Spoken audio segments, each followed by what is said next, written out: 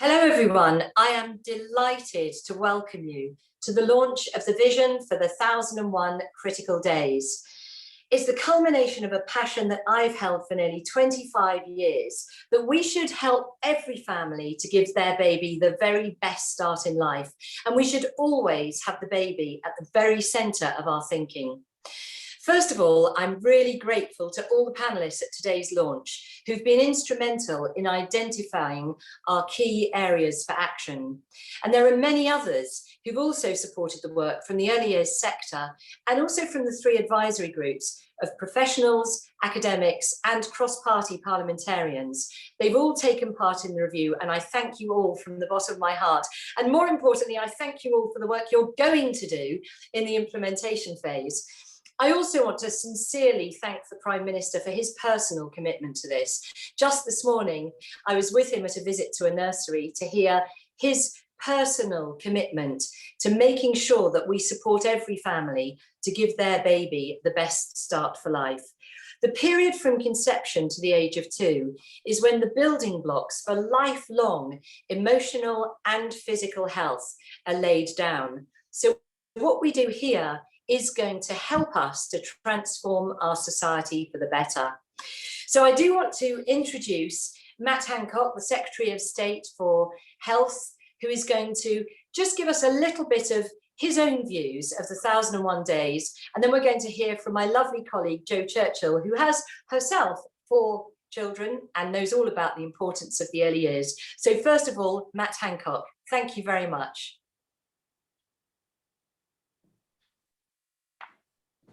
The first 1001 days can shape a young child's future more so than any other time in their life. During these critical years, we know that most babies get amazing care thanks to loving parents and supportive early years professionals.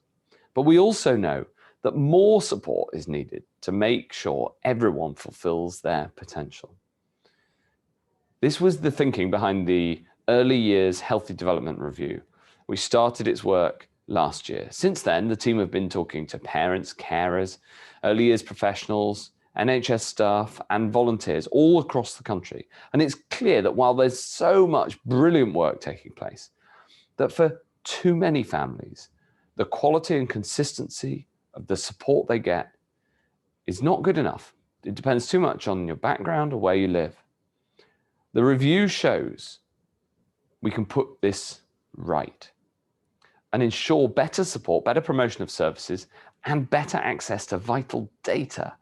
The review comes at an important time because the pandemic has been tough for so many new families who, through no fault of their own, haven't been able to access face-to-face services or in-person support.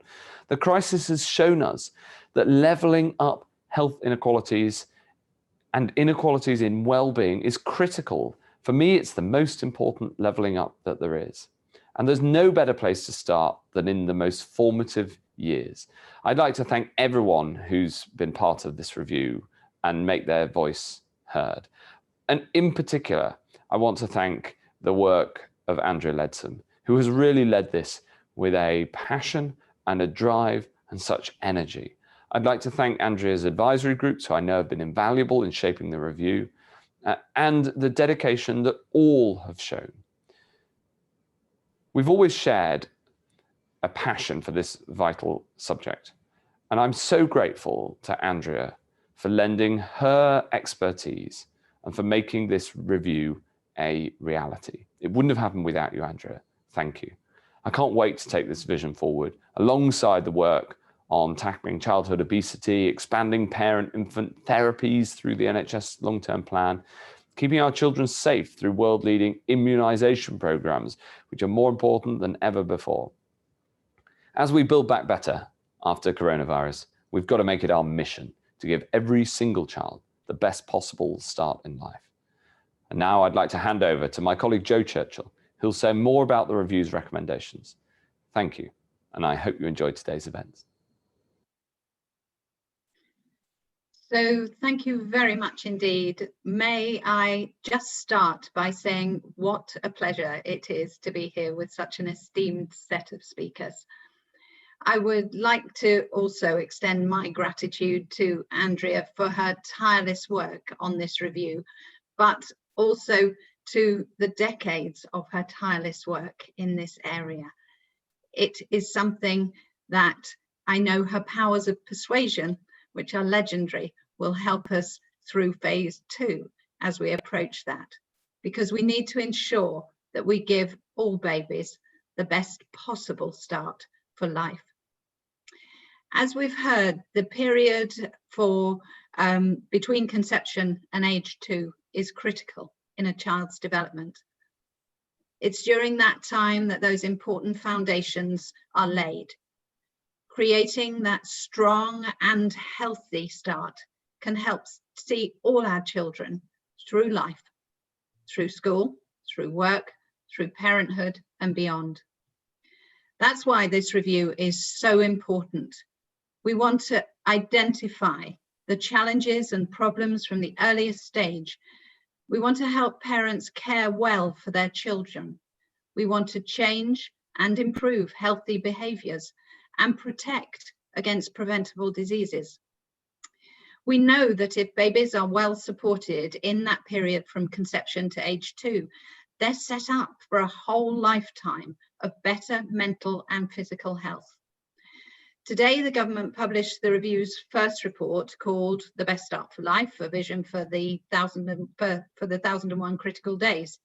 And this vision sets out 6 areas to ensure that families have access to the services they need at the time they need them. The first of these action areas is ensuring seamless support for families. The review sets out how the government will encourage all local areas to publish a Start for Life offer. This offer should be coherent, joined up, and available to all.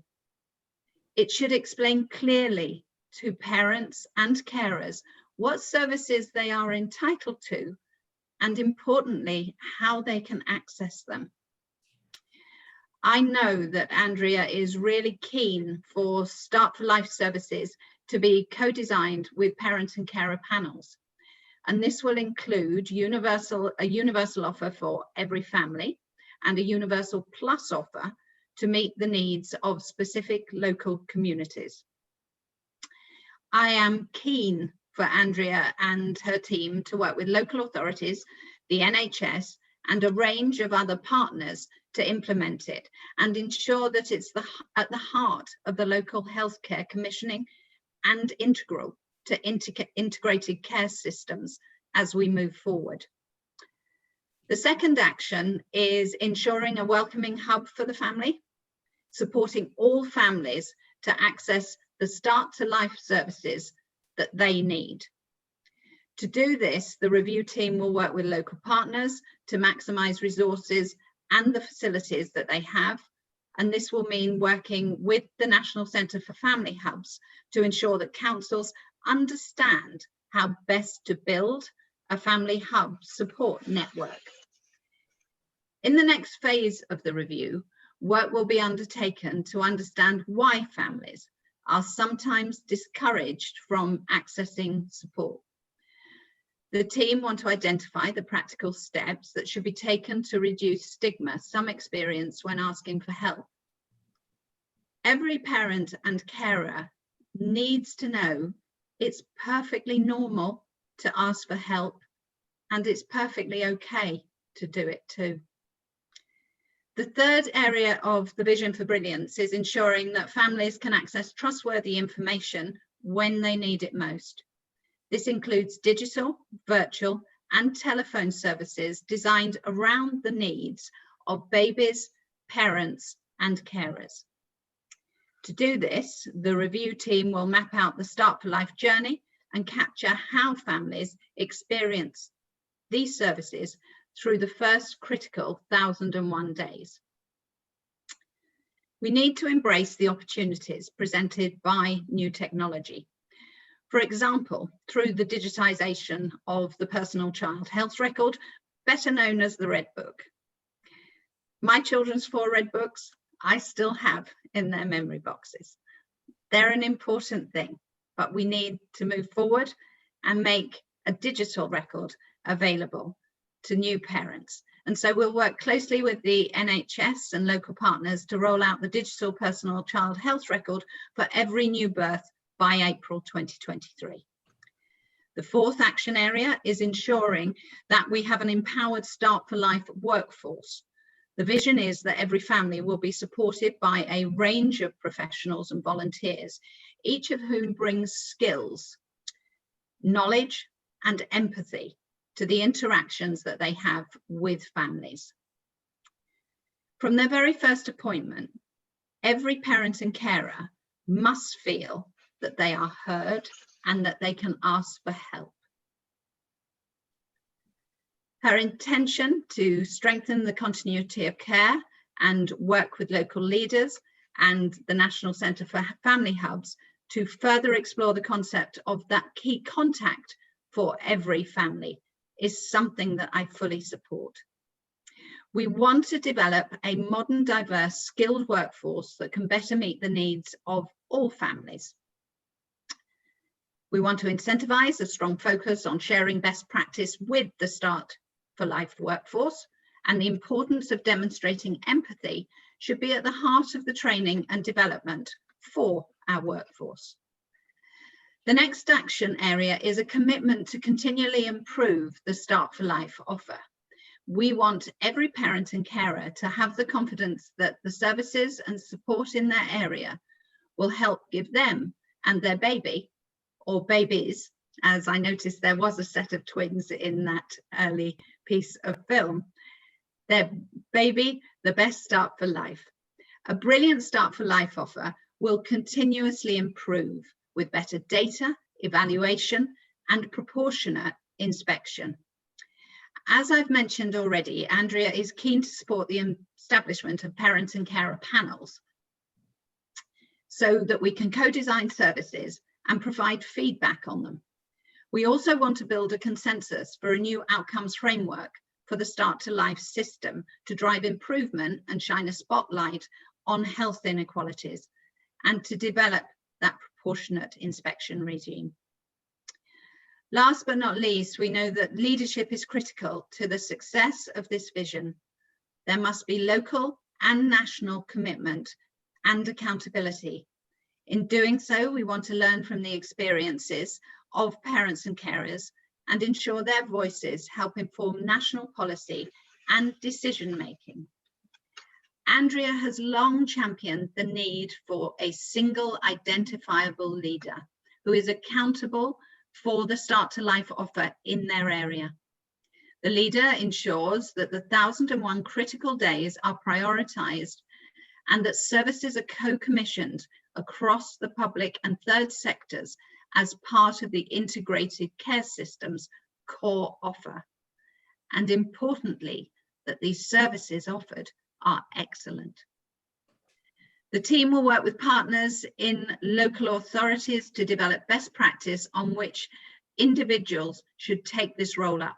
It could, for example, be the Director of Children's Services or the Director of Public Health, or an equivalent role depending on the preference of each area.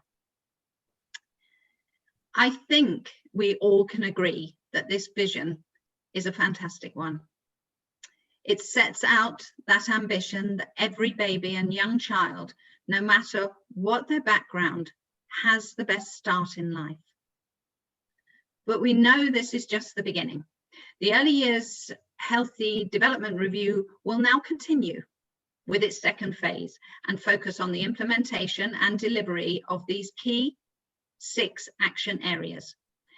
We look forward to working closely with you as we do this and to deliver for babies, families, and for all our futures.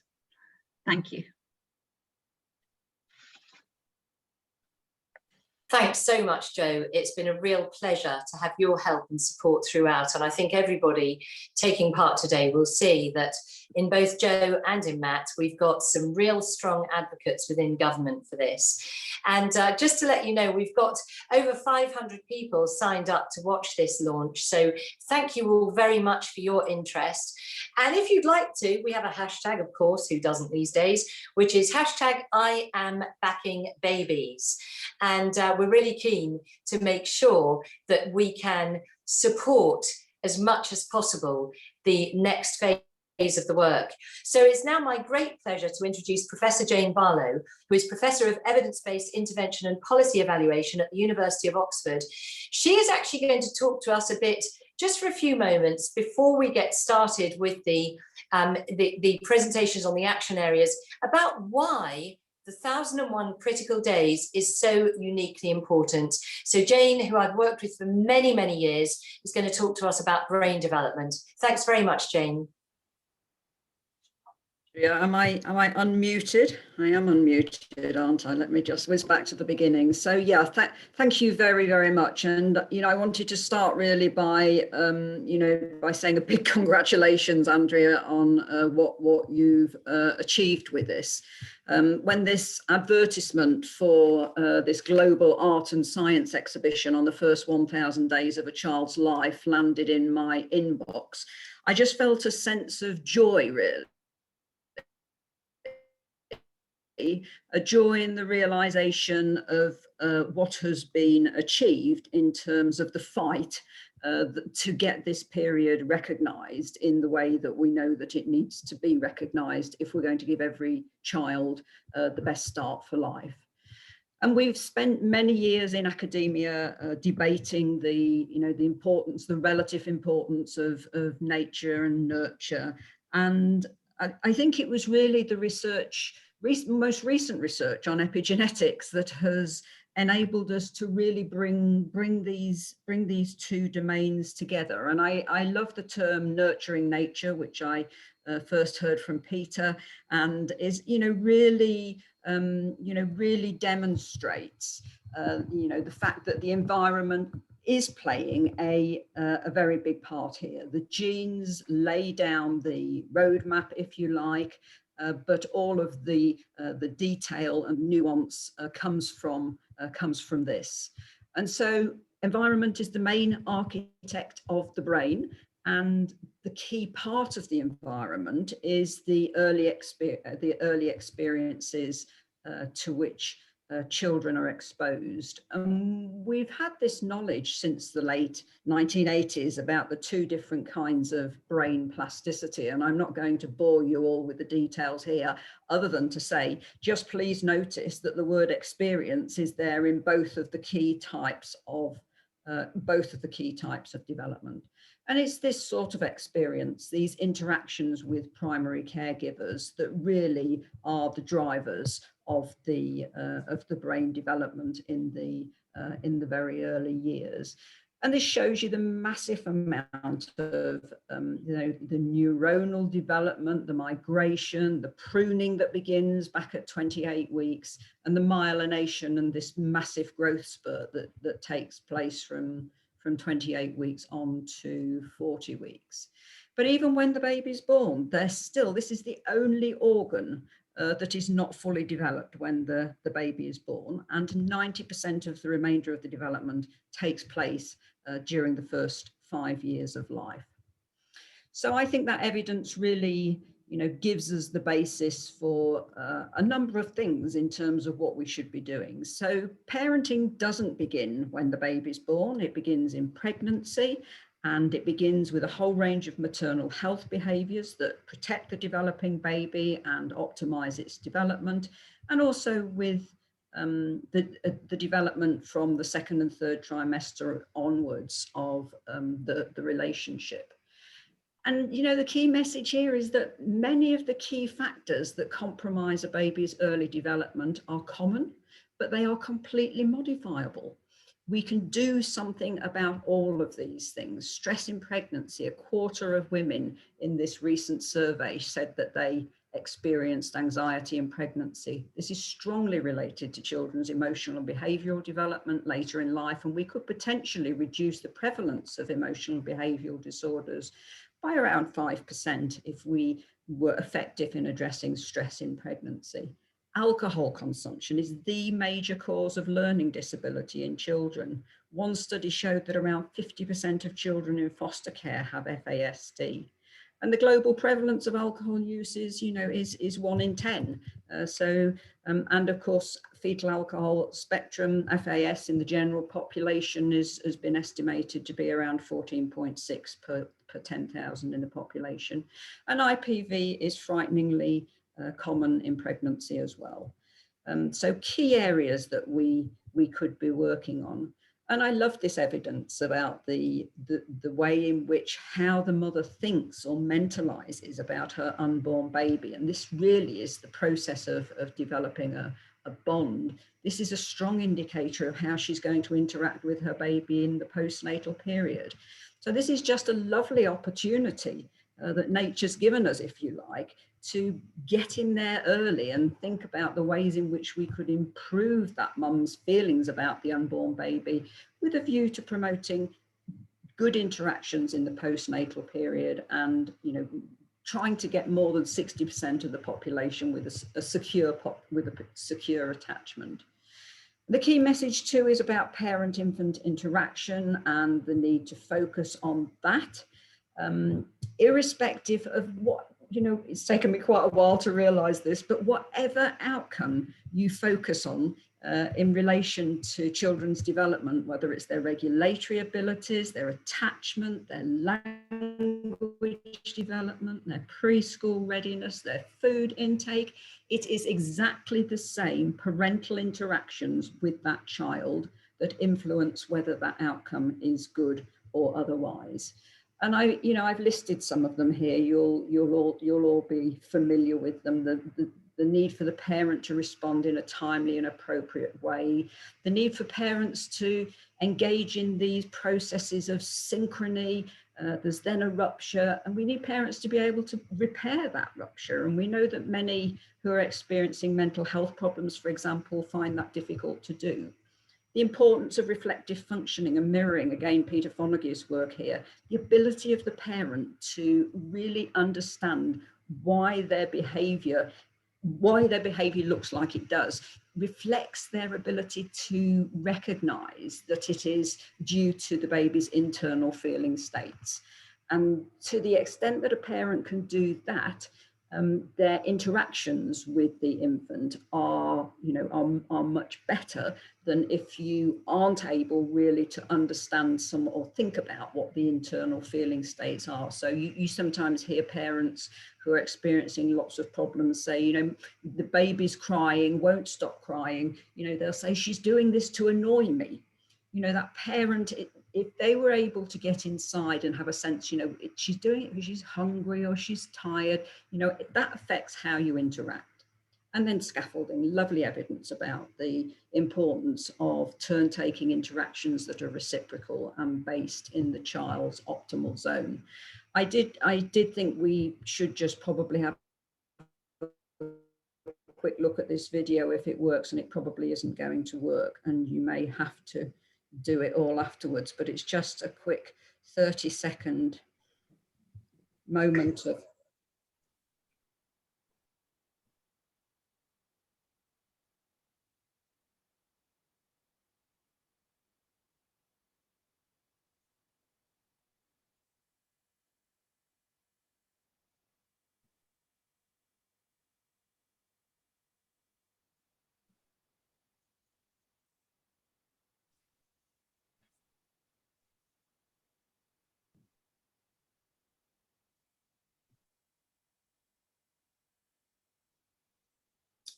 I think it's not going to work, Jane. Perhaps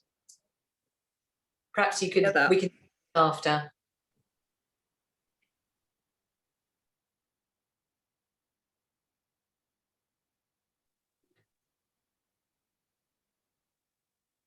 Okay.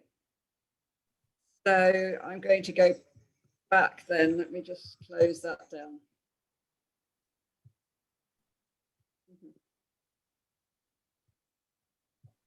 I'm not sure you could hear that, the conversation, but go and have a look at it afterwards.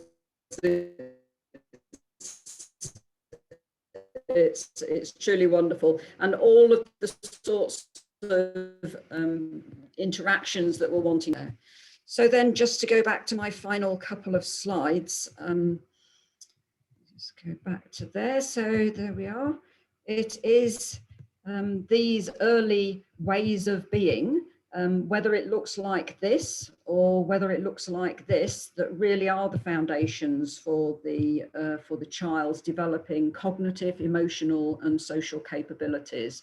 And we know that from the evidence that there's a significant impact on the developing brain. This is a biochemical response, and that positive responses build up good development of neurons, whereas negative looks trigger a very different biochemical response, the release of cortisol. And it's not just the impact on the brain, it's the impact on their developing mind and their developing sense of who they are as a person. And it's these repeated early states of intersubjectivity between the parent and the infant that really give us our sense of who we are. It doesn't come from looking in a mirror. It comes from having some mirroring from our parents in the very early years, as you can see demonstrated here. And these are the things that are being developed as a consequence of these early interactions with the parent. And so my final message then is to say, yes, this period is tremendously important, but we now know, we have a good knowledge about what works, and there are some clear messages in terms of what we need to be doing to ensure that every baby has the best start for life. And I'm really very, very hopeful that this early years review is now going to provide us with the infrastructure that we need to enable practitioners to support parents to give every child the best start in life. And thank you again to Andrea and her team for the wonderful work that you've done on this.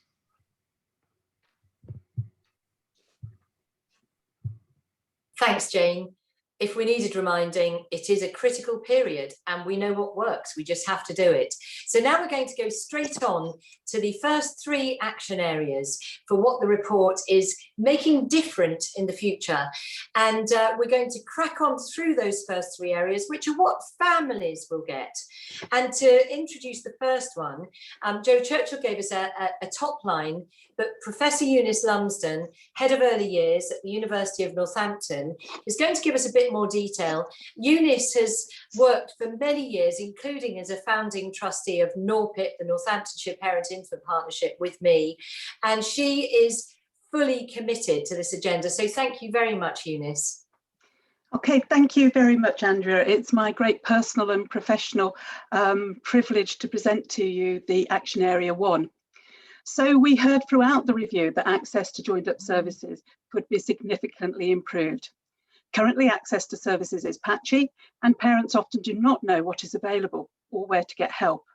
So Action Area 1, seamless support for families.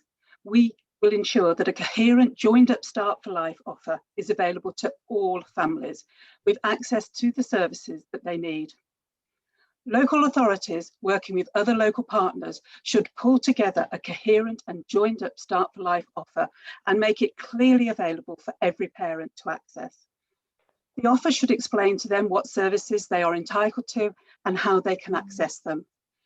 These Start for Life offers should be co-designed with parent and carer panels and include a universal offer for every family and a universal plus offer to meet the needs of their specific local communities. The universal offer must include midwifery, health visiting, mental health services and breastfeeding support, in addition to statutory services such as safeguarding. The Universal Plus offer should meet the needs of the local population and could cover a broad range of issues ranging from language barriers to debt advice, from stopping smoking to domestic abuse, and from housing support to transport for parents living in a rural area. It is important that the lessons learned are shared amongst local areas. And so during the implementation phase of this action area, Work with local leaders will take place to identify and implement best practice in the Start for Life offer. This approach is intended to transform access to services for every family across England, ensuring they receive the services and support they need. Thank you very much. Brilliant, thanks Eunice. Food for thought on Action Area 1, and there will be a question and answer session once we've heard the first 3 areas. That's just the bell for a change of business in Parliament today, so ignore that. We come now to Action Area 2, and I'm delighted that Dr. Alan Gregoire, who is consultant perinatal psychiatrist and also founder and honorary president of the Maternal Mental Health Alliance, known I'm sure to many of you for his passion for the importance of looking after the mental health of new parents, is going to introduce our second action area. Over to you, Alan. Thank you. Well, thank you, Andrea, and thank you particularly for all that you've done to bring this about. As a mother and baby psychiatrist who spent over 35 years promoting better care for the mental health of women in pregnancy and postnatally, and as president of the MMHA, representing over 100 professional and patient organizations, I'm really, really delighted to support this announcement. It is so important that every family feels supported in giving their baby the best start for life. Feedback from this review highlighted how integral face-to-face support is for parents, and that the places where families go to get help must be designed around their needs. So, Action Area 2, a welcoming hub for families, will champion family hubs as a place for families to access Start for Life services and ensure that families have the access to the support that they need. To achieve this, during the implementation phase, the Start for Life delivery team will work with local partners to maximize the resources and the facilities that they already have in order to ensure the best offer is made available to families. It'll make sure that local leaders understand how to build their family hub network, including incorporating the existing Sure Start children's centres into their network where appropriate. Many families feel concerned or embarrassed to ask for help as they fear that they may be considered a bad parent. So I'm really pleased to see that in the next phase of the review, in this implementation phase, the Start for Life team will be identifying practical steps to provide reassurance and to reduce the risk of families feeling stigmatized. Identifying the best way to introduce families to their local hub is a point that was raised many times during the review, and I welcome the plan to encourage local authorities to consider offering birth registration services at the family hub so that every family visits the hub and is able to access the reassurance and support that they need to give their baby the best start for life. Great, thanks, Alan. And now we come on to our third action area in this first section about what families will get, what will be different for them in the future. And to present that is my very good, very old friend, Tim Lawton MP, who has worked with me on this subject for many, many years. He is currently the chairman of the All-Party Parliamentary Group for Conception to Age 2, and he is the outgoing, recently departed chairman of the Parent Infant Foundation. And I know he shares my passion for making sure every baby gets the best start for life. Thank you, Tim. Thank you, Andrea. Very old, but not necessarily recently departed, as you put it. But it's a great privilege and a pleasure to have been part of this review. And today's just the culmination of an awful lot of hard work that you and many others have put into this. But of course, it's not just the culmination, because as you'll remind us all, there's a great deal of work now to be set out, as the review has described. So it's a very exciting time, and thank you for making me part of it. So I'm Action Area 3 today, and I'm really interested in the role of digital and virtual services in the early years space. This is an exciting area of change that will transform the way that technology can help to improve a baby's start for life. Now, we heard throughout the review about the role of digital services, and in particular how they helped during the pandemic. Parents who felt incredibly isolated during lockdown, and still do, needed to be able to find information quickly and also to feel confident that they're accessing something that they can trust. So Action Area 3, the information families need when they need it, designs digital, virtual and telephone offers around the needs of families. Now I'm really excited that we will be replacing the old paper red book, the familiar red book that every parent receives following the birth of their baby, with a new digital health record. It'll let parents record and easily access all of their baby's health information digitally and cuts out the need to repeat information over and over again to different healthcare professionals. It will enable features like push notifications that send reminders of appointments and immunizations, and may in future also be a place where parents can record precious personal milestones such as first steps, first words, and family photographs. Now, the review will continue to work closely with NHSX to develop the digital red book, as well as with other partners such as NHS England, Public Health England, and NHS Improvement, to map out the Start for Life journey of parents and carers that captures how they experience digital, virtual, and telephone-based services. And the review also intends to oversee the creation of a digital front door, working with NHS England and NHS Improvements to enable parents to access trusted information in just one digital space. I believe this will truly transform the way parents and carers access support for their baby and will help them to give their baby the best start for life. Thanks, Tim. I completely agree with you. I think that a digital version of the Red Book is quite a game changer, actually. For so many years, we've seen professionals in the early years space who said, we just don't know a person's story. You know, they have to come and tell us their story all over again and again and again. And for families, they're just like, I can't believe you don't even know where I live and you're asking me again. And likewise for volunteers, they just feel, well, we're doing great work here, but we never know anything about anyone. So actually a digital Red Book really is quite a game changer. It's really exciting. So thanks all of you. That is the first 3 of our action areas. And we're now going to have some questions from the floor. So any questions to Jane Barlow, to Alan Gregoire, to Eunice Lumsden, to Tim Lawton, or to me, please keep them coming in the chat. Our first question is from Justin Irwin, the Chief Executive of the Parent Infant Foundation. He is saying the review describes the patchy specialist parent-infant relationship support around the UK. And just to warn you, Alan, I'm going to ask you to answer this question. He says, will the Start for Life unit work with NHS England to ensure there are specialised parent-infant relationship teams in all areas as part of the long-term plan to secure specialist mental health support for all children?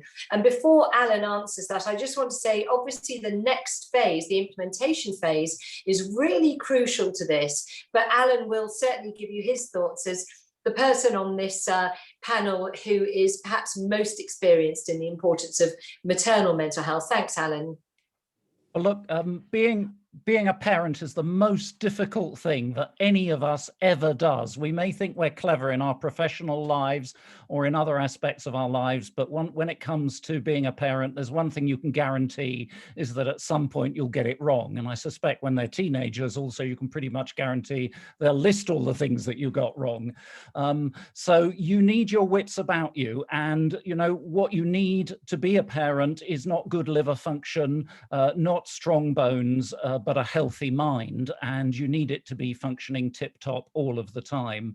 And so it absolutely is not surprising that if our minds are not working optimally, if we're suffering mentally, that is going to make it really difficult to do the good job that we want to do.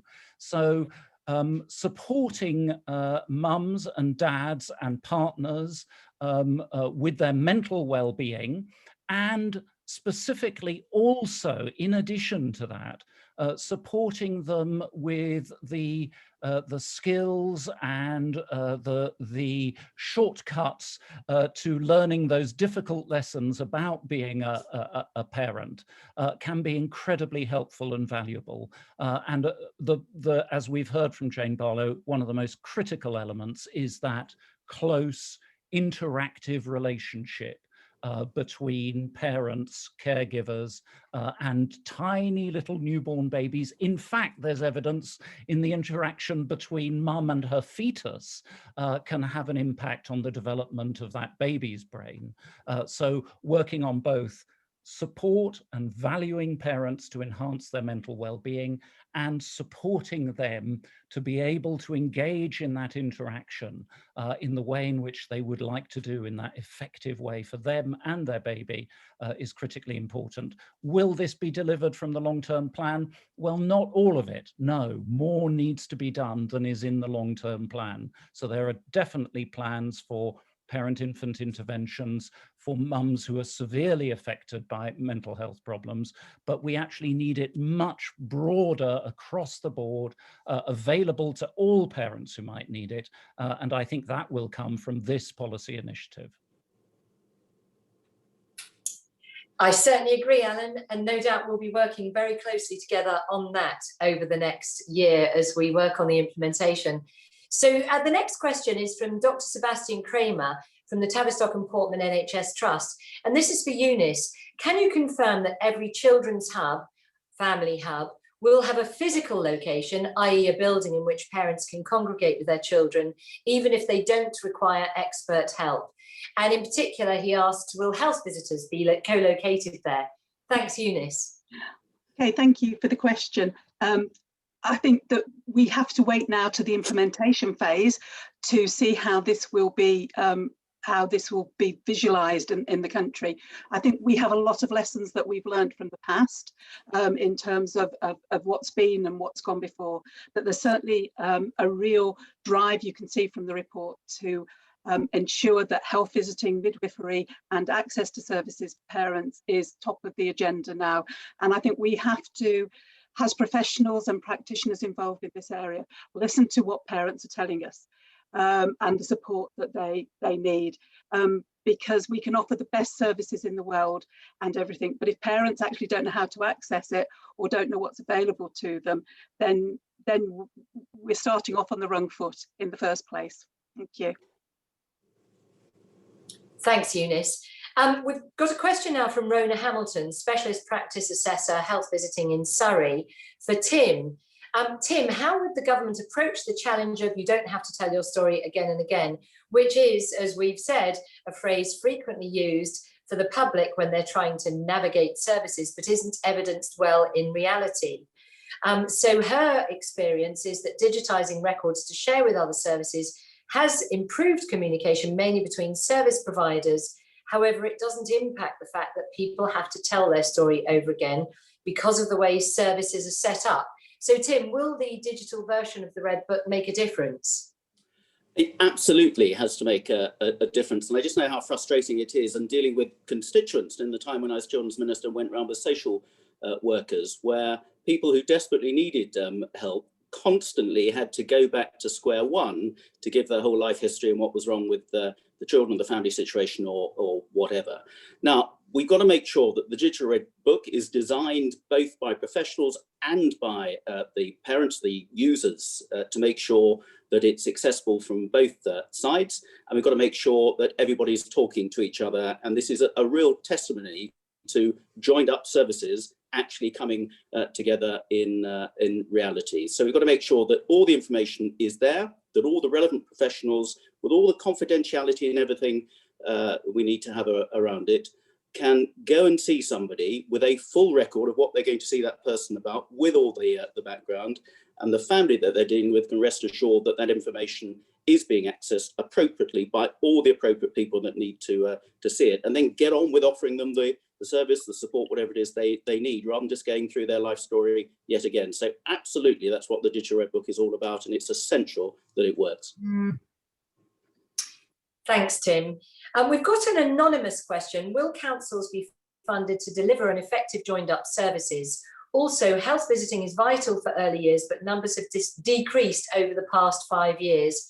How will this be addressed? And this is perhaps one for me. I will talk briefly later about the next steps. But very clearly, what this report today is actioning is better joined up services. So the feedback was so clearly that families feel that it's patchy, that they don't know where to go for help or what they can get if they do ask for help. And so the whole purpose of today is to ensure that putting families at the centre, seeking their feedback for continual improvements is at the heart of this. However, all of us panelists, all those involved recognise that there will be the need for more funding. And so part of the next phase will be making the case, the economic case, for more investment in the early years. But nevertheless, I should say in our research, we found such good examples of great practice amongst local authorities. So some of them are really providing the joined up support that families need. And it's a real case of needing to share that best practice and during the implementation phase to look at what the additional financial needs are. So I hope that answers that one. Now I do have another question for Alan from Sean Drinkwater. How big is the problem of mental health issues in pregnancy and postnatally? And will these government policies make a significant difference? That's for you, Alan. Right, yeah, well, we've heard from Jane Barlow about the clear scientific evidence that poor mental health affects huge numbers of women in pregnancy and postnatally. And I think actually, I don't think it's not overstating the case to say that this could be truly considered a hidden pandemic. You know, there are nearly 30% of women having babies in this country who experience disabling levels of anxiety, depression, and of course, post-traumatic stress disorder, often from experiences in their own childhoods. So we're talking about mental health problems that go from one generation to the next, to the next, to the next. So it causes huge amounts of silent suffering for mothers and babies that can have lasting effects for mothers and for those offspring. And we also know that at the moment, only about 10% of those women with these problems get evidence-based help, which, you know, if this was cardiology, would be a national scandal. But this has been going on for as long as the NHS has been going on and much longer. But we do also now know, the difference now is that we know about the things that can effectively be done. And so I will be doing everything I can to support the implementation of these policies in phase 2, alongside the full delivery of existing commitments, which are not yet fully implemented. So both that combination of things together, because I am convinced that this can make a big difference to the health and well-being of the next generation in our nation. Thanks, Alan. We're going to move on in a minute, and there will be another section of Q&A at the end for all of your questions. Thanks so much, they're brilliant. Keep them coming. There is, however, one more question that I want to direct to Jane Barlow, because Jane will have some views on this. This is a question from Daphne Cotton, Wave Trust Ambassador and Best Beginnings Consultant Facilitator. And she has quite a lengthy question, but just to paraphrase, she's asking, isn't it the case that you can't simply identify families who need support by class and economic status alone? And reading between the lines, she's asking about, isn't it right that we need universal support for families, because it's impossible just to look at where they come from and then decide whether they're going to struggle or not? That's for you, Jane. Thank you. I think you've just answered it perfectly, actually. Thank you, Andrea. Yes, we absolutely need universal support. Progressive universalism was the basis, and this still is the basis of the Healthy Child programme.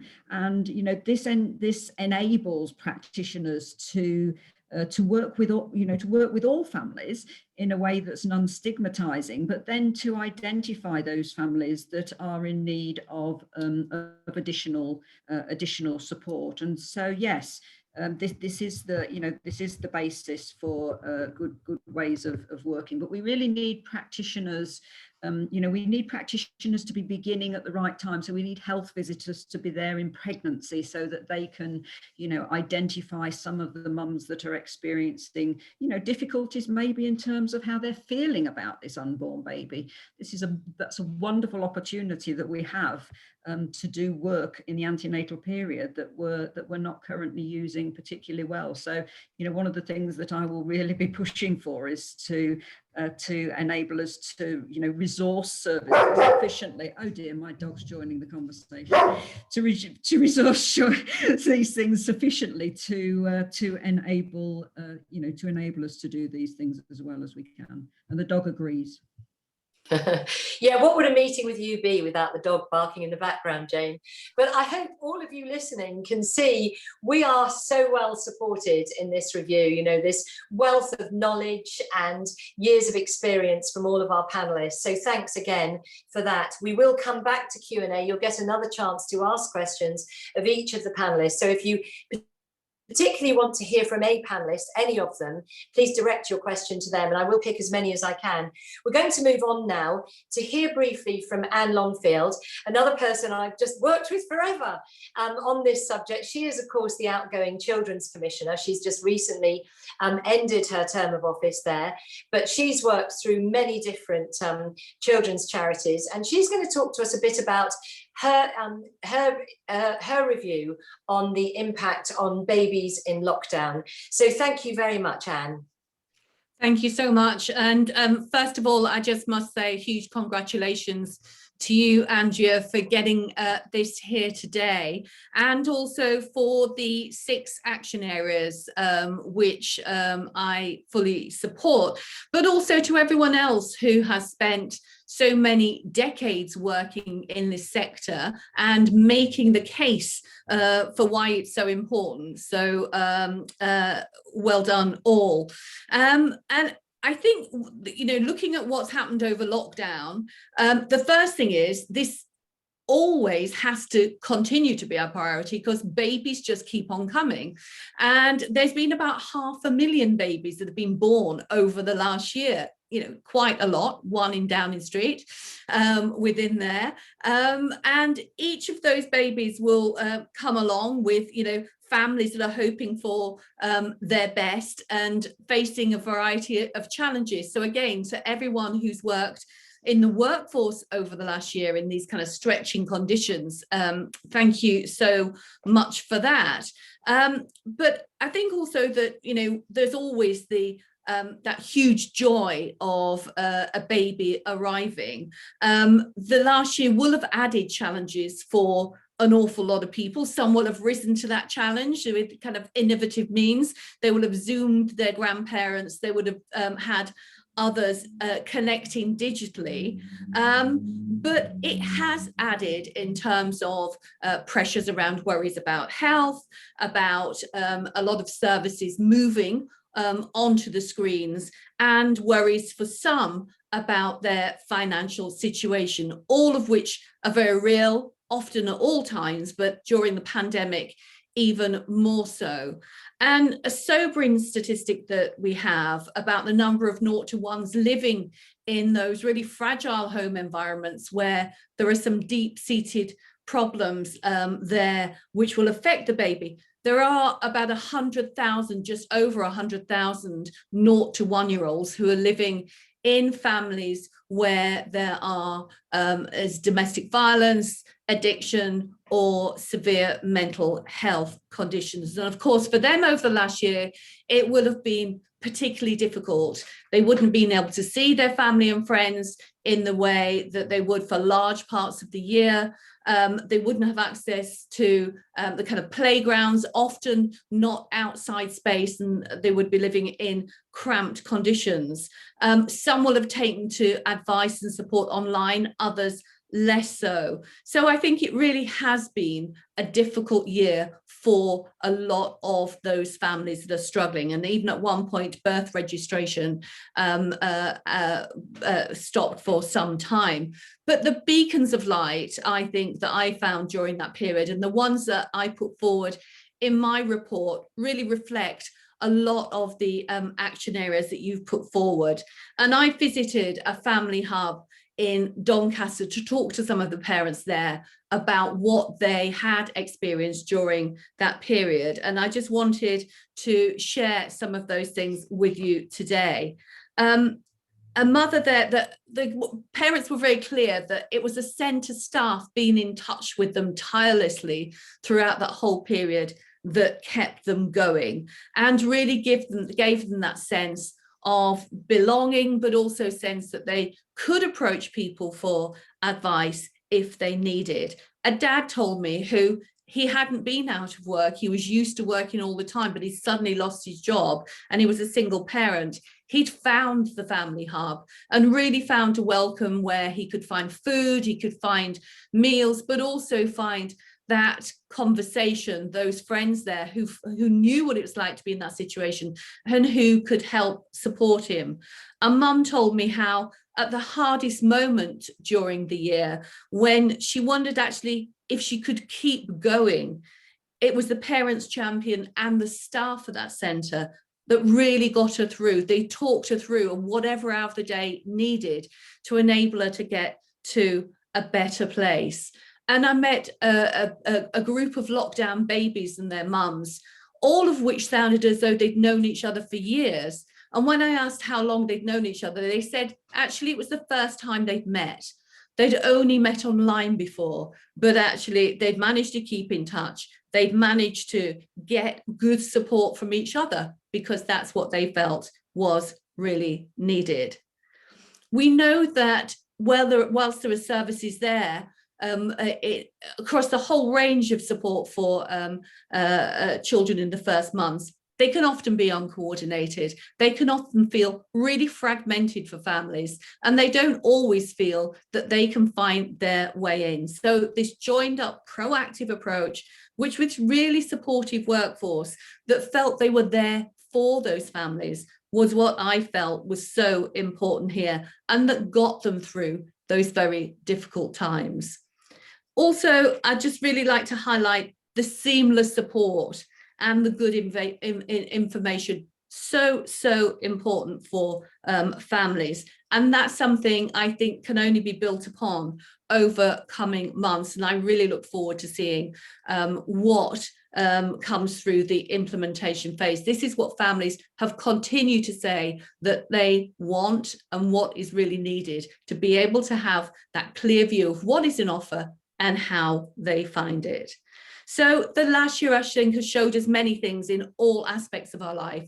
But for those with babies and young babies and families, I think it's really showed us again, first of all, how vital these first months of life are, but also how vital that support for families is, and why all babies and their parents, but especially those with complex challenges, need exactly this kind of joined up support from pre-birth onwards that is being proposed today.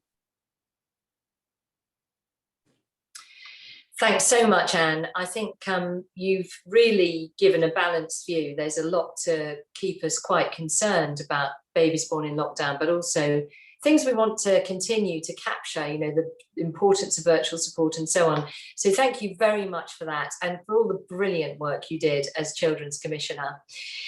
Turning now to very briefly to thank the Centre for Social Justice, who are hosting today. As I mentioned, we've got something like 550 people signed up. I think it's oversubscribed, actually. I just want to introduce Christina Adone, who is the head of the family work at Centre for Social Justice, and to thank her very much indeed. And we'll just hear your thoughts, Christina. Thank you. Andrea, thank you for your kind words, and especially for this inspiring call to action. At the CSJ, we're delighted to endorse this important review, and we're ready to work with you and the team in delivering support to families. We were founded to counter the 5 pathways to poverty: unemployment, debt, substance misuse, poor educational outcomes, and family breakdown. And many, sometimes all of these elements are present among the struggling families who stand to benefit the most from your review. This is social justice. We cannot speak of the levelling up agenda without addressing the need for all children equally to have access to the support that ensures a good start in life. I think the themes you've highlighted are core to our own vision: the key need for attachment, the understanding of adverse childhood experiences, the crucial role fathers have to play, the great potential that lies within voluntary organizations that are not being used to their best yet, and the need for rolling out family hubs, which was an idea that originated here at the CSJ. I think as a country, we need to recognize parenting is a public health issue, and your timely review makes the case for this important shift in policy. So thank you very much. Thanks, Christina. That's really good. And if anyone's interested in the work of the Centre for Social Justice, they do a brilliant job. So now we're going to move on to hear from Professor Viv Bennett, another person who's done so much to help get this report onto its feet and to get it agreed within government, which I can tell you is no mean feat. So Professor Viv Bennett is the Chief Nurse, Public Health England and Government Advisor on Public Health Nursing and Midwifery. And she's also very closely involved with the modernising the Healthy Child programme work that's underway at the moment. And she's going to tell us very briefly about how that ties in with what we're doing today. Thanks so much, Viv. Thank you. Could I have my slides, please? Thank you very much. It's my turn to say next slide, please. So that's a very exciting thing for me this afternoon. Could I have the first slide, please? It's been an absolute pleasure and a delight to work with Andrea and her amazing team and her amazing director, Liz Ketch, on this project. And the timing has been really helpful, and hopefully we've been mutually helpful in thinking about how we start to move this forward. So a very quick reminder about what the Healthy Child programme is, and it's a national framework for children and young people's public health.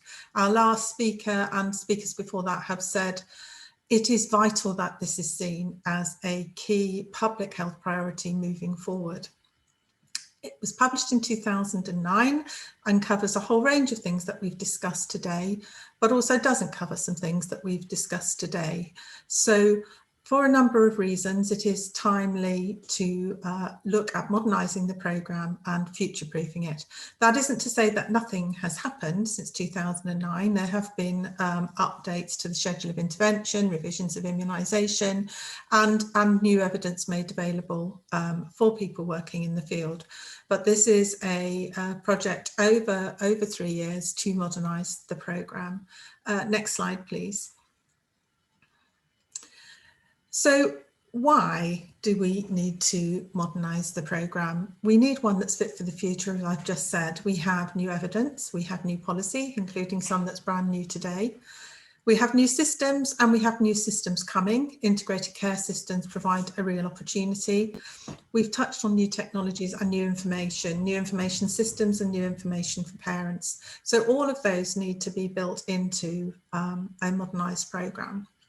What is it that we need to do? Well, we need, has already been touched on today, to have a programme that is universal in reach and personalised in response. This needs to be a universal service for all families, with all people working in it able to respond in a way that meets the needs of that particular family. We need to make sure that it's based on the most recent evidence, and Jane and others have touched on some of that today. We need to extend the age range, and the modernised programme now includes the preconception period and pregnancy, the whole of pregnancy, and I'll touch on that. And we also need to increase it upwards, and the programme will be extended up to 24 years for young people with a statutory entitlement. And you may wonder why I mentioned that today, but let us remember some of these young people will be parents, and they will need support in parenting their own baby. What's the how? So continuing to update the evidence and practice guidance, working with the profession and policymakers, developing the workforce. Andrea's touched on how important that is. Digital has been very strongly covered, and the need for this integrated cross-government, cross-sector approach. What would success look like? Clearly, it would look like a personalised, family-centred service delivering children's public health. It will be a key part of the Start for Life offer. It is really important that we improve access and experience of families, that we improve health outcomes for children, and that we all focus on reducing health inequalities. Next slide, please. So the first area that we've looked at is how do we extend the programme to cover the whole of pregnancy, and our ambition is around women being fit for and fit throughout their pregnancy, their physical and mental health to be good and enable them to have the best pregnancy and birth experience, and their baby to have the best start. And we've looked at 6 areas which are very, very important, and these are actually published now, so you'll be able to look at those. And I think all of them actually have been identified in this discussion to date. And many of those things are modifiable. We can support women to have the healthiest experience that they can if we do the right things, and we have more evidence about those things. We've looked at some women with very particular needs, working with the NHS on trying to reduce inequality and outcome for women from Black and minority ethnic groups. We've worked with experts to look at how we can support women who have a pre-existing severe mental illness to prepare for pregnancy and to be supported through it. And we've developed a digital healthy pregnancy pathway that provides resources to local areas to begin to implement modernisation of the programme. And we've looked particularly at services and at service transition. One of the things families find very difficult is any stop-start in the way that services are provided, and particularly sometimes mentioned is the handover between maternity and midwifery services onto your health visiting service. So the first area of work that we've looked at has been around pregnancy. Next slide, please. The next piece that we've looked at is how we further develop this national framework for local services. The place-based leadership will be absolutely vital, as Andrea's already touched on. We've begun the work to work with health visitors on an updated service model and improved commissioning guidance, refreshed our current high impact changes, and looking very closely at inequalities in child development at 2 to 2.5 to see what we could and should have done to stop that happening going forward. And Longfield's just touched on how the pandemic has affected families. And what we do know is that families who were vulnerable before the pandemic have, in many cases, been made more vulnerable through it, and that some children and families who were on the edge of vulnerability have probably now tipped into needing extra support. So we've done a lot of work with colleagues across government actually on vulnerability, how we understand it, how we quantify it, and more importantly, what we do about it through building back better after COVID.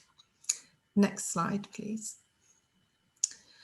This is, so those first 2 slides largely showed how we build a strong universal service, how we can make sure that all families are supported and provide more help to families who need it most.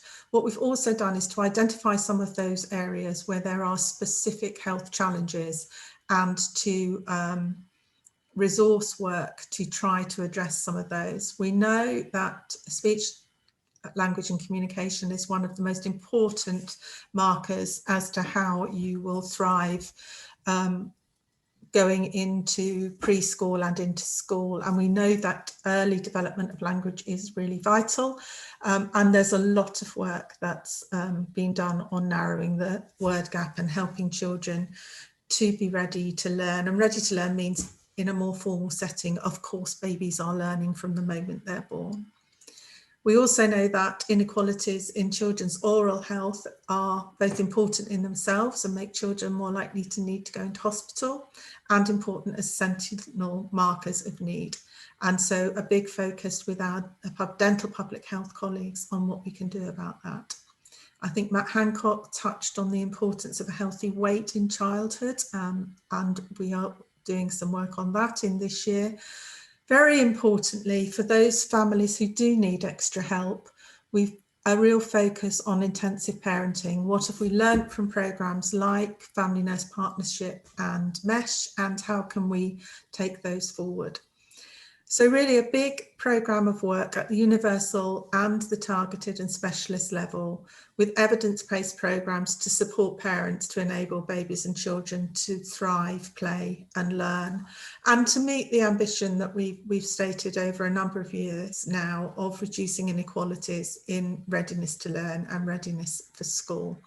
So that's a whistle-stop tour of some of the priorities for the modernisation, and we see this very much as part of the implementation of this fantastic review, and we will be working with the review team moving forward on making sure that we can embed a really effective Healthy Child programme for the first 1,000 days into the offer. Thank you very much. Thanks, Viv. And I hope we're building a very clear picture for everyone who's taking part today on the level of commitment and the fact that government is working together with so many across the early years sector to make this a reality. So very excited about it all. And we're coming on now to the second 3 areas for action. And these 3 areas are about how to make the system work better. And to introduce the first of those is Cheryl Adams, who is the very recently retired Executive Director of the Institute of Health Visiting, and somebody who has done so much to support new families. Thanks very much, Cheryl. Thank you very much, Andrea. Actually, not quite retired. I've got 3 more days. I retire next week. Hello, it's such a privilege and pleasure to be here today. I've worked alongside Andrea for many years, sharing her passion to shine a light onto the importance of the very early years. So very many congratulations, Andrea, to you and to your amazing team for reaching this exciting point with your review. The strength of the health visiting role is that every family has a health visitor from the antenatal period until the child enters school. So health visitors are the best placed professionals to provide a safety net for all babies, young children and their families. However, it's vital that families are supported by a range of professionals and volunteers, and each of those will bring skills, knowledge and empathy to their interaction with families.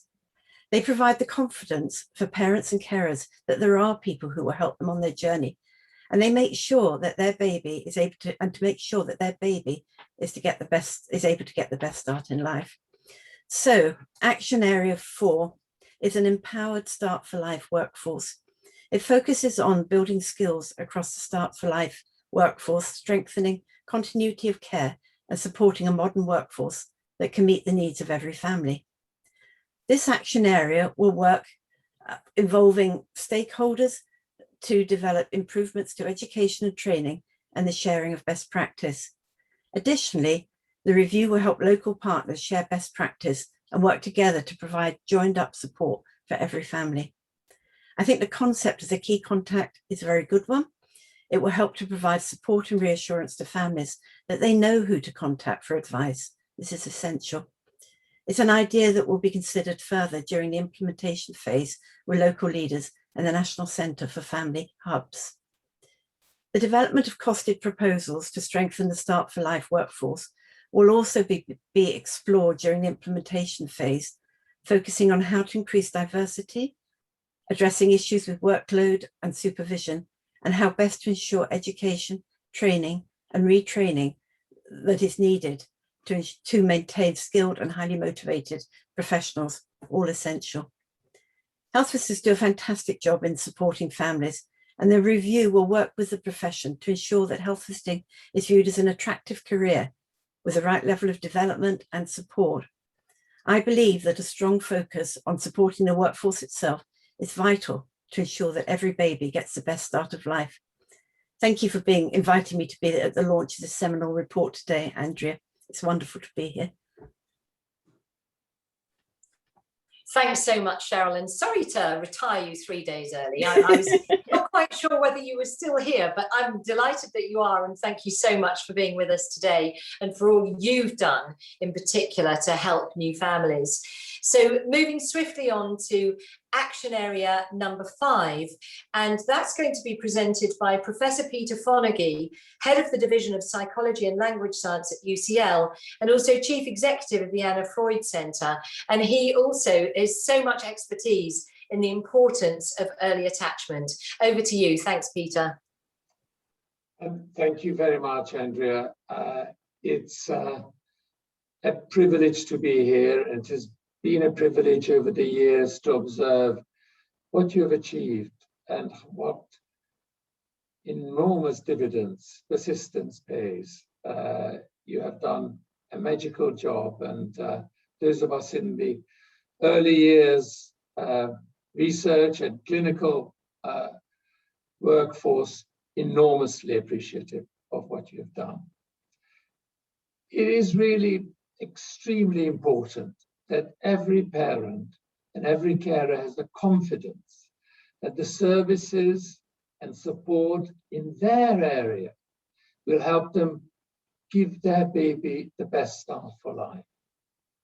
So in action area 5, outcome and evaluation, we'll work to improve data, evaluation, measured outcomes, and proportionate inspection, and ensure that the system is working together to give families the support that they need.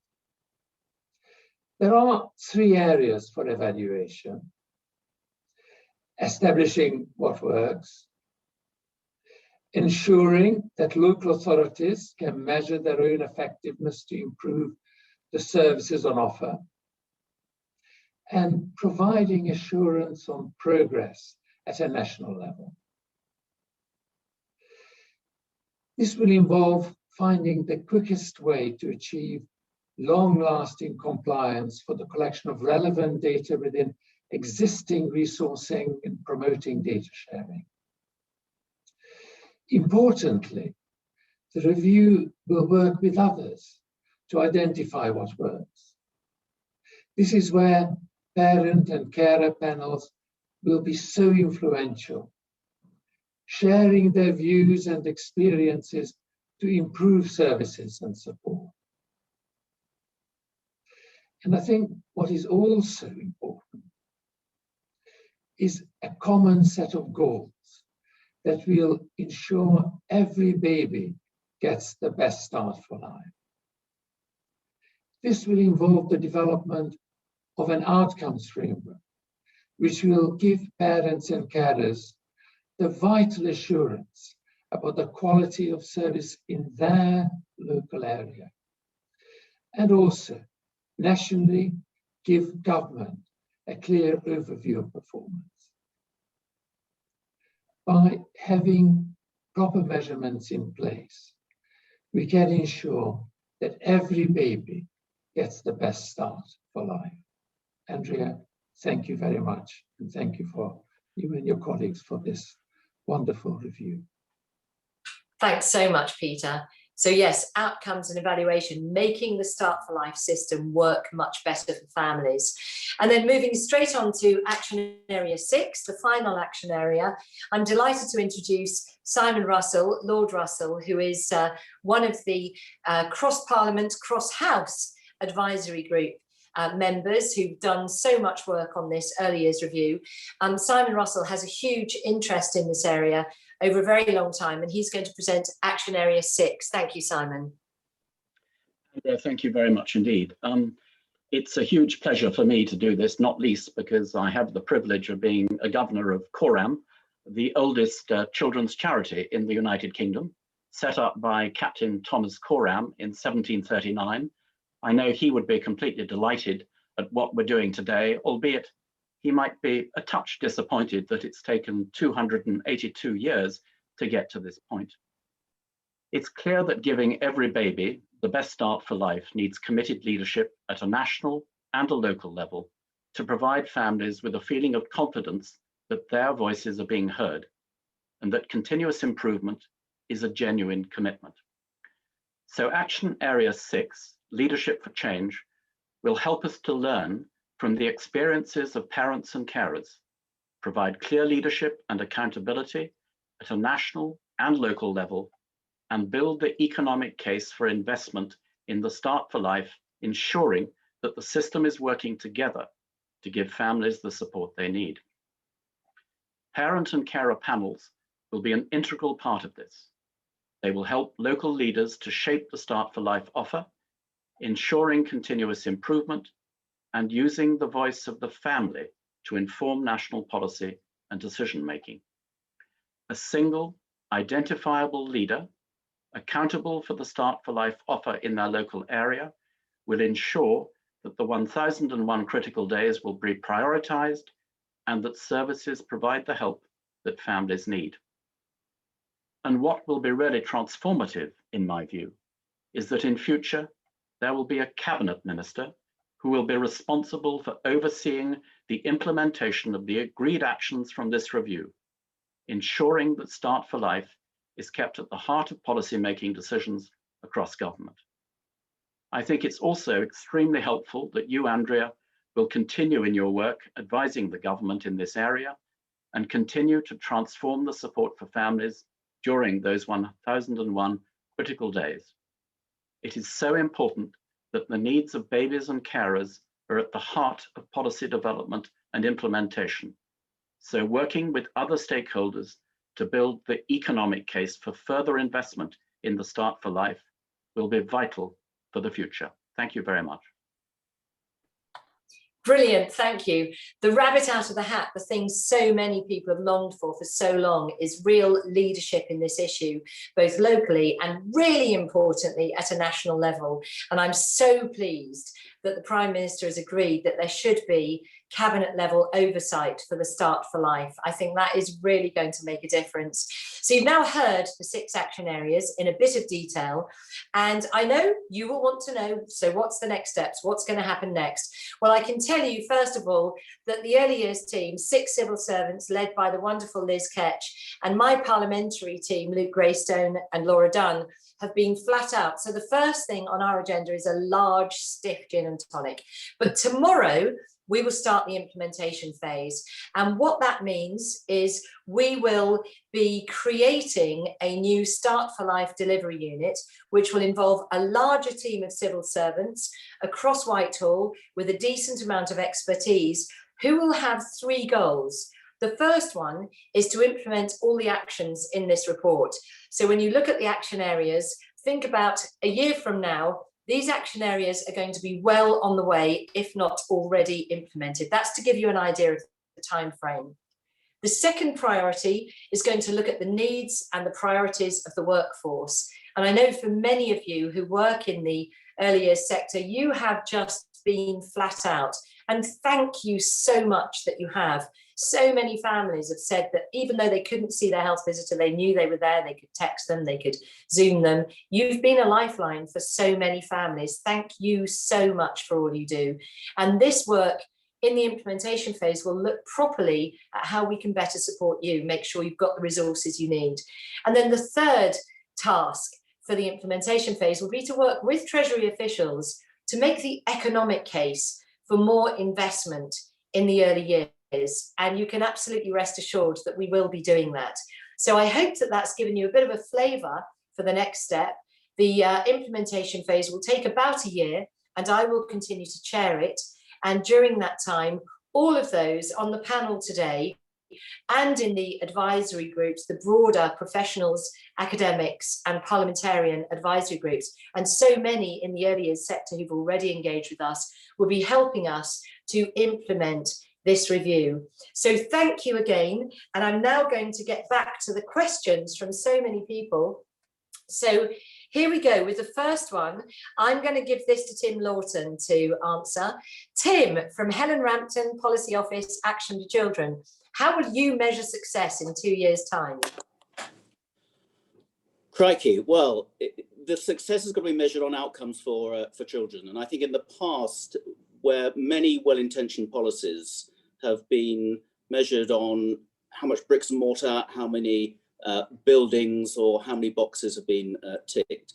This has absolutely got to be measured by the progress that babies and children are making themselves, and how well attached they are to their parents, and they're turning up at school absolutely set fair for getting on at school, going on in their teenage years and their careers. So I want to see progress by those outcomes, and rather than just all those boxes that we've ticked in the past. And we've got to make sure that all the professionals are working together so that we've got meaningful measures of those of outcomes that are really going to make that big difference that we need in those early years. Thanks, Tim.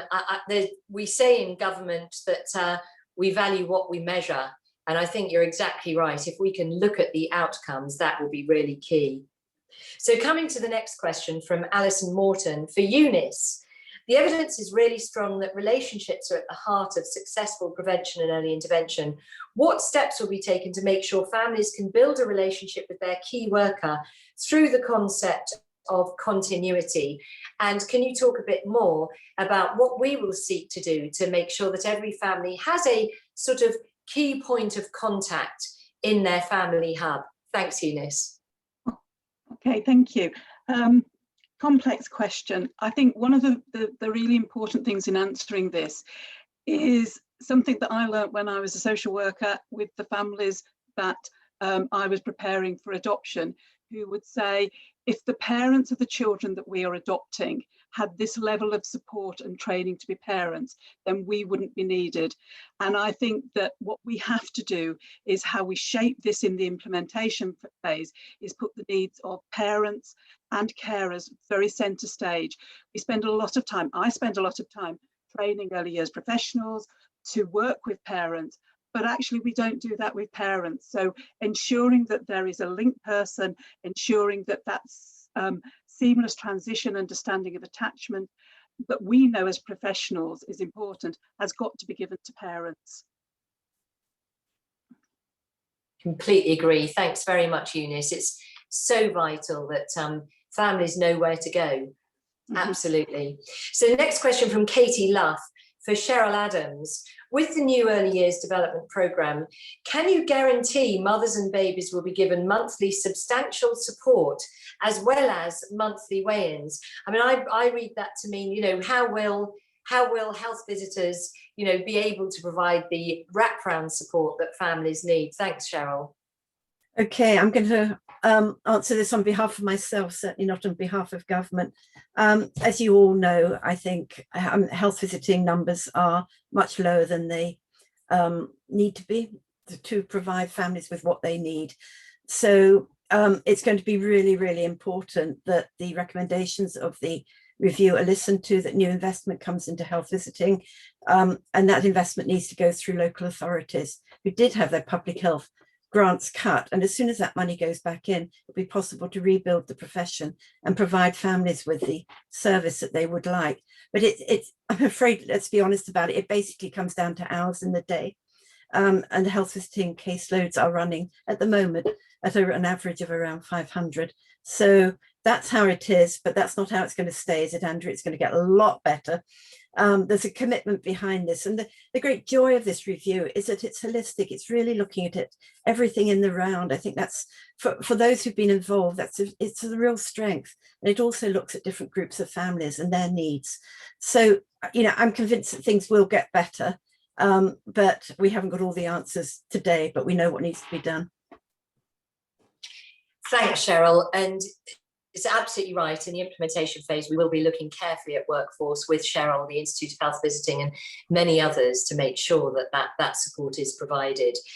So now a question for Alan Gregoire from Ayala Ockert. How will stakeholder organisations in the third sector be able to input into the implementation phase?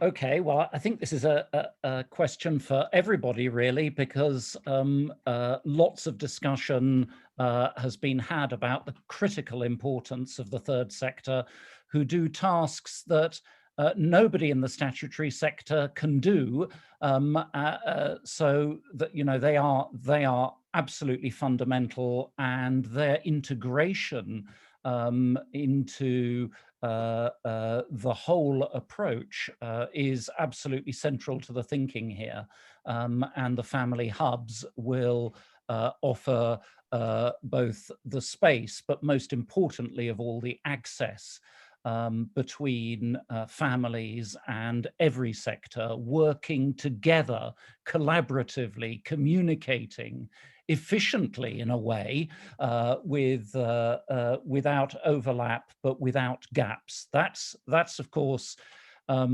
a dream, but a dream that potentially can be fulfilled. But we're going to have to work very hard at it, and we're all going to have to value each other and respect each other and understand each other and talk to each other, and of course love and nurture each other, which is what babies need. And if we can do that for each other, my goodness, we can do it for the next generation. Thanks, Alan. Great answer. And certainly for me, having come from the third sector originally, from the Parent-Infant Partnerships and the Parent-Infant Foundation, I think the third sector does a superb job to support the whole new offer for families. And I think it's going to be vital that their role is expanded and very much included in this implementation phase. Now we have a question for Viv, which is that breastfeeding support organisations have had little input into the modernisation of the Healthy Child programme. And the question is, how will the new Start for Life programme make sure that the expertise of these third sector groups is harnessed and that stakeholders are fully engaged in developing the detail of more support for breastfeeding? Thanks, Viv. Thank you very much. Our breastfeeding rates have been stubbornly low for a very long time, and absolute commitment for everybody here to promote breastfeeding, to understand the barriers to breastfeeding, to do everything that we can to remove the structural barriers nationally, at community level, societally, and to support individual women. We worked very closely with the breastfeeding charities on undertaking being part of the Yale study, an international study on breastfeeding. And we used the outcome of that to inform the initial thinking on the Healthy Child programme and breastfeeding, but it isn't done. So all the things I presented today are things in progress. So as part of the Healthy Child programme development, and I'm sure in part of the Best Start for Life programme development, continuing to work with experts and stakeholders, both on the totality of the programme and on specific important health challenges, will be really, really important. And we absolutely know the benefits of breastfeeding for physical health, for the mother and the baby. We know that it's supports attuned parenting. We know that it would actually save the NHS a lot of money if we really invested well in supporting breastfeeding at all of those levels. So I thank you for the work you did through the Yale study, and look forward to working with you all as we move forward on the Healthy Child programme as part of the Best Start for Life programme. Thank you. Thanks a lot, Viv. A question for Peter Fonagy from Diana Robertson.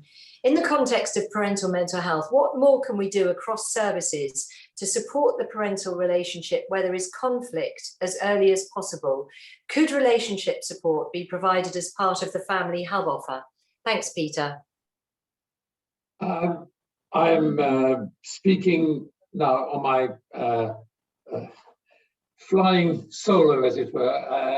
I cannot speak for the entire family hub offer, but is there a single thing that would change the course of child development, as Alain Gregoire has said, as Jane Barlow has said? Yes, and it is really the emphasis on relationship.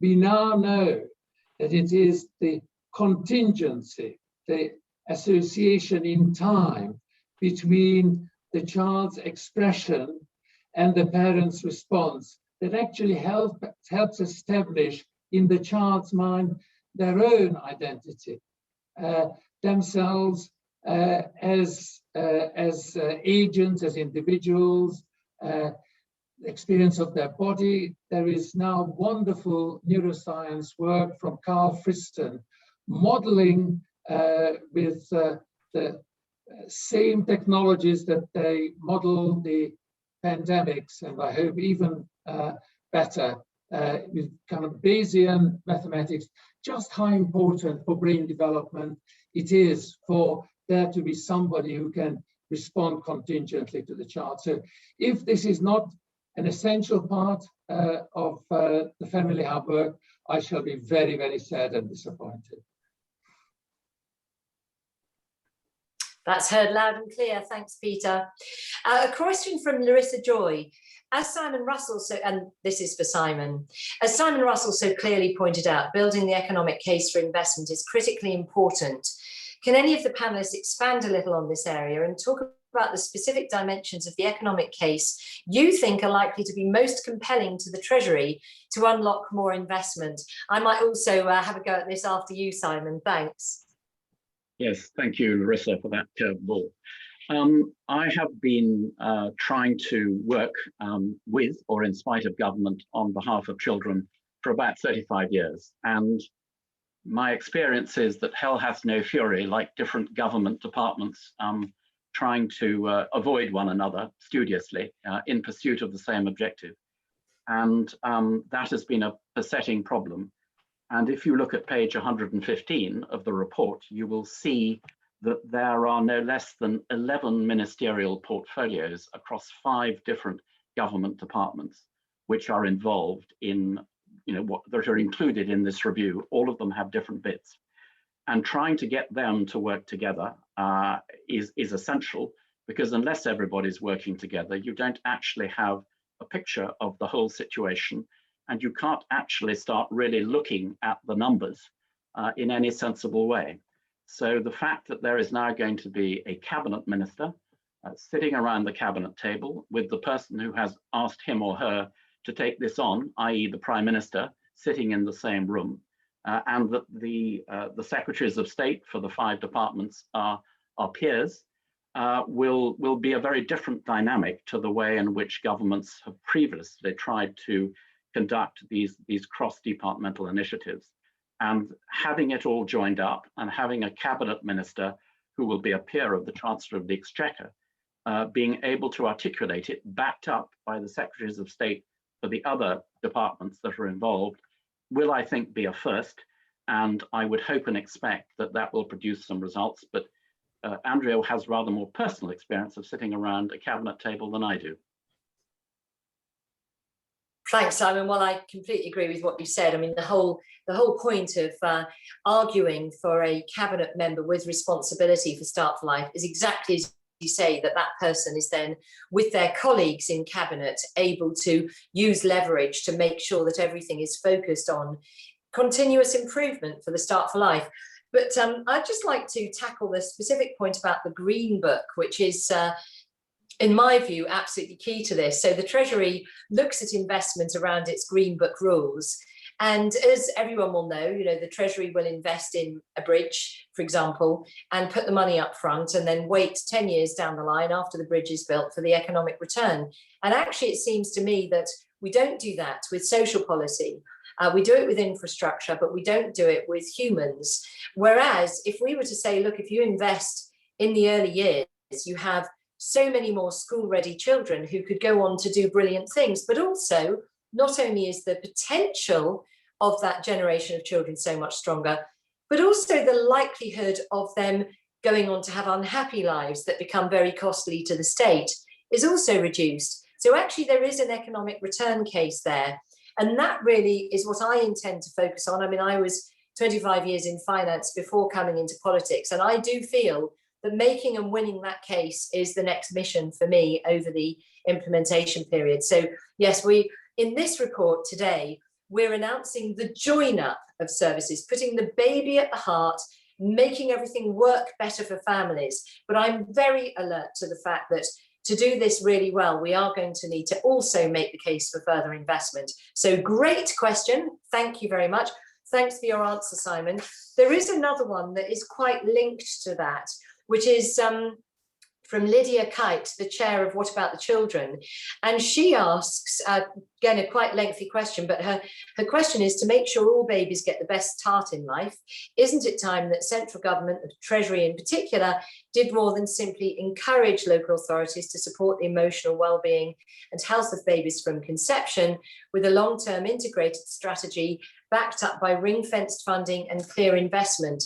Now, Simon, I'll have a go at that first, if I may, and then hand back to you. But my view of this is that, as colleagues on the call will know, in 2010, the Sure Start budgets were unring-fenced. So there are still a huge number of Sure Starts, but of course, the focus on the buildings was very, very apparent in 2010. And what this report seeks to do is to build on the Sure Starts with our family hub policy that really focuses on the services that families need and the continuous support that families need. So yes, I would agree, as I said before, that there will be the need for more investment in this, and we will be making the case for that. But at the same time, it's really important that with this new policy, we look to the surround support for families, and not just for the number of hard buildings, because what families told us is they need those services, they need a welcoming hub, but they also want to be able to use digital and virtual support and so on. So it's not just about buildings. But Simon, do you want to have another go at answering that question? Thank you.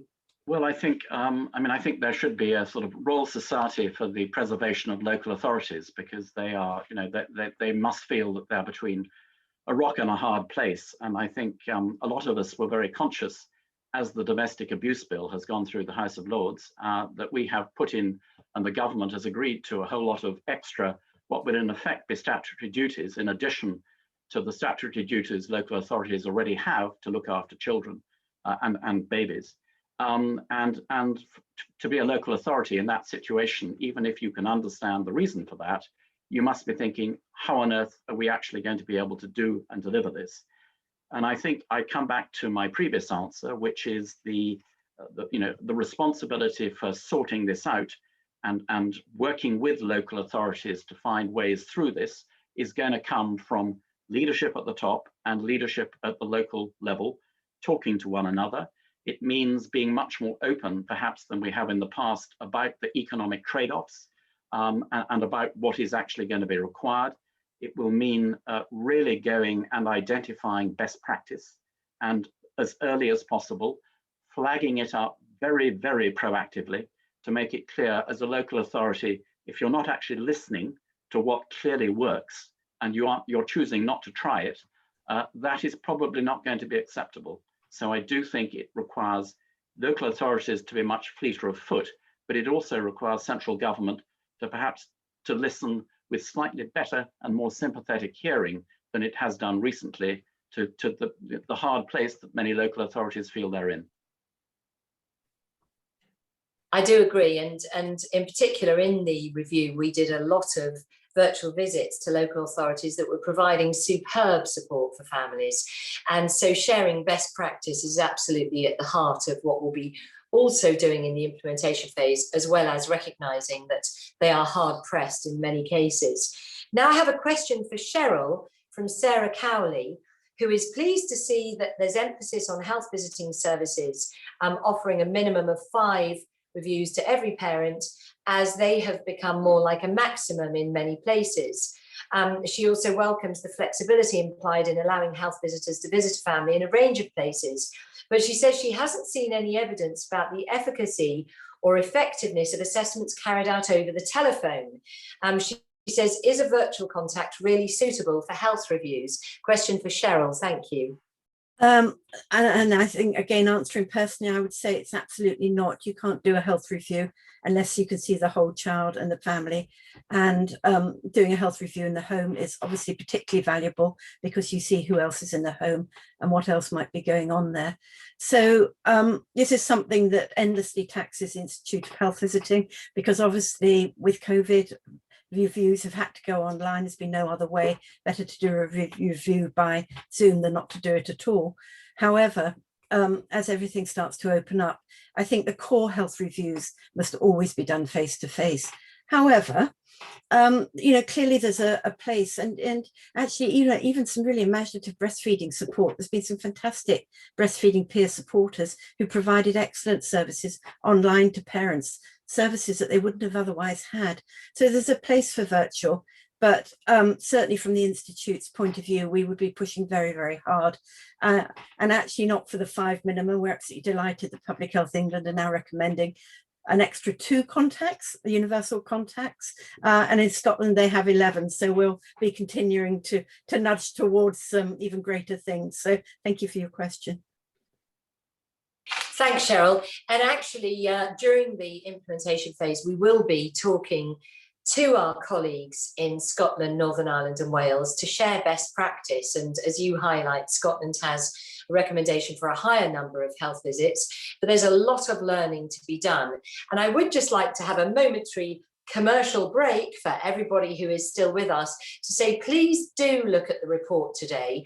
There are some fantastic case studies in there, experiences of different types of families and carers, all different experiences, and a real wealth of knowledge in there, as well as some really good learning from overseas experiences of how they do things in other countries. So please do take a look at it. I do encourage you to. Now a question for Tim from Sibila Ebu Alwani. A question about the digitalization of services, which they say is a brilliant idea, but how will this affect or apply to families who don't have regular access to connected devices? Thanks, Tim. And it's a very good question. And although I think it's calculated something like 95% of people have access to digital capability, digital exclusion is still a big issue.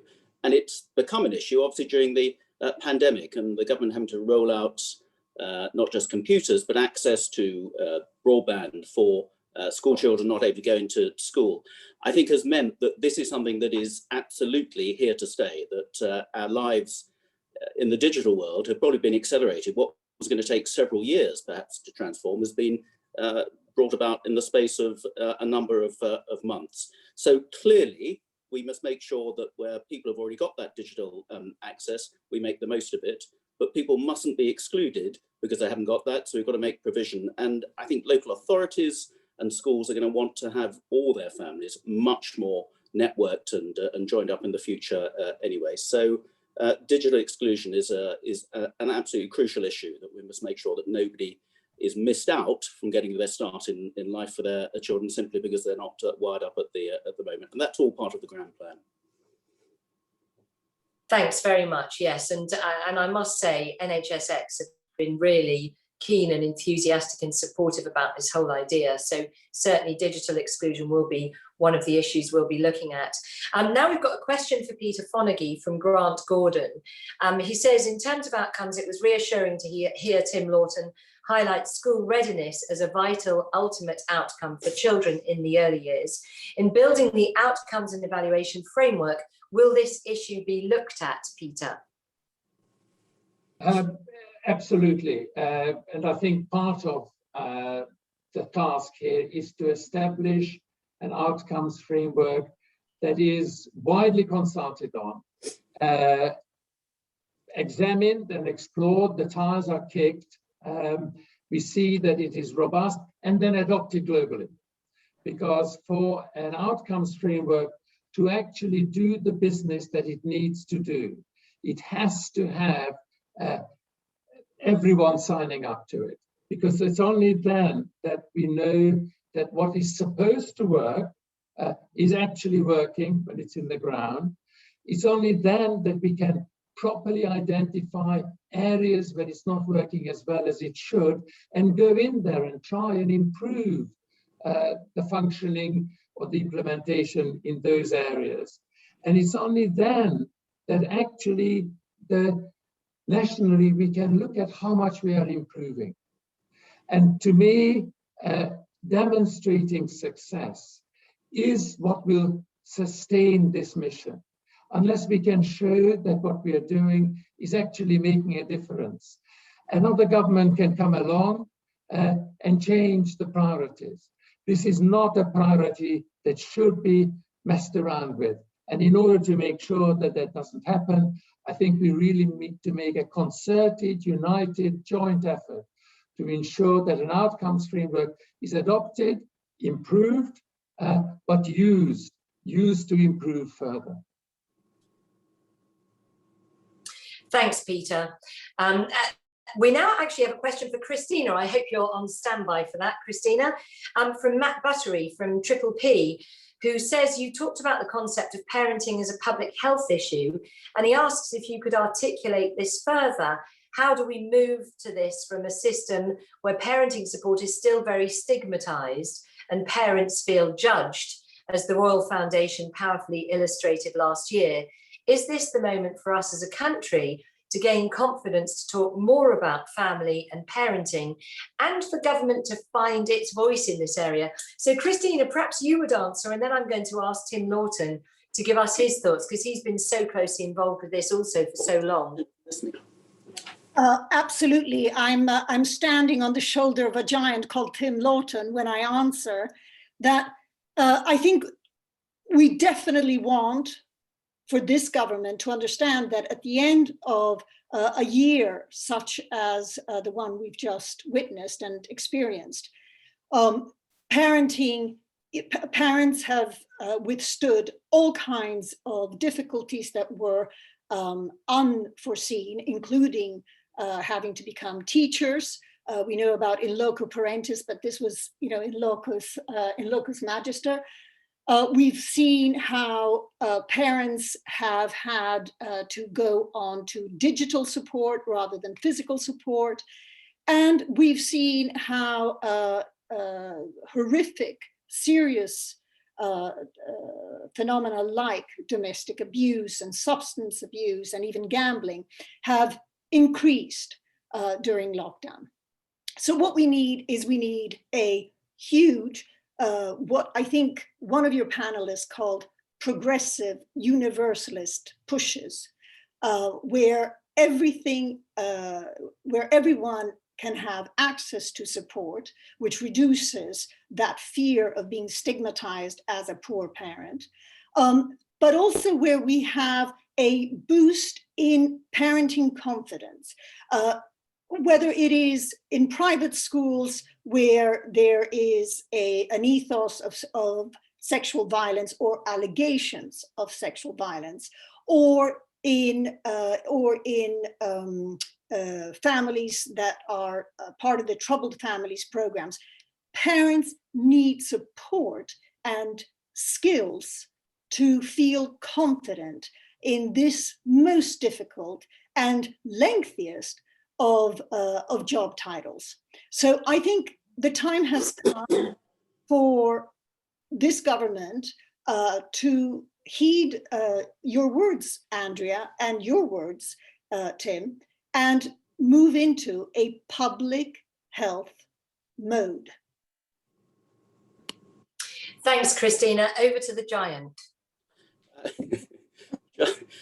Giant and recently departed and old. But look, parenting is a huge challenge. Those of us who've been through it, it is the biggest job probably we'll ever do in our lives, but it's the most important job we ever do in our lives. And all of us, whatever background we come from, whatever advantages or disadvantages we have, we could all do with some parenting support and advice. It may be you're lucky enough to have a very wise mum, dad, granny, grandfather who's on hand. You may not have that. So it may be a friend or it may be a professional you need to access.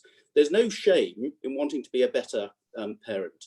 And certainly I think mental health, mental illness was a big stigmatizing issue. And I think that has changed drastically over the last 20 years. People now openly talk about mental illness problems, and goodness knows the mental health problems we've had coming through the pandemic. And people are coming forward, thank goodness, to say, look, I'm really struggling a bit here. I need help.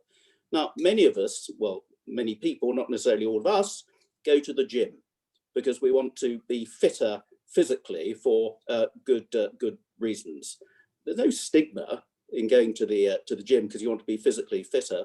Why should there be any stigma going to seek help to make sure you're a better parent, to make sure that your attachment to your child is strong, that your own mental health is in a good place, so you can pass on that strong mental health to your child and get a strong attachment and give that child the love and nurture and support that that child needs as well. So absolutely, we've got to encourage people to get out there. If you need support, get out there and get it. And we've got to make sure as the government that those support services are there, whether they're face-to-face, whether they're digitally, whether they're Zooming or whatever, that if you think you need some help, you're a bit worried about something, you've got questions to ask, then there are people there who can give you that support and it will make you a better parent.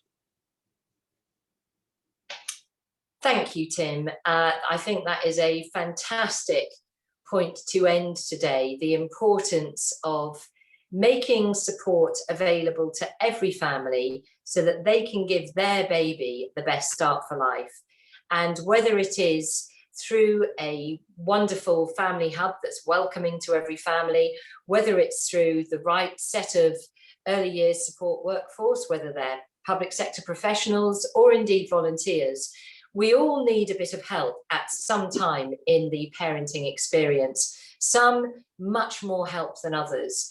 And I think what this report is going to do is to really focus minds and agendas on putting the baby at the centre of everything. So I'm really excited about it.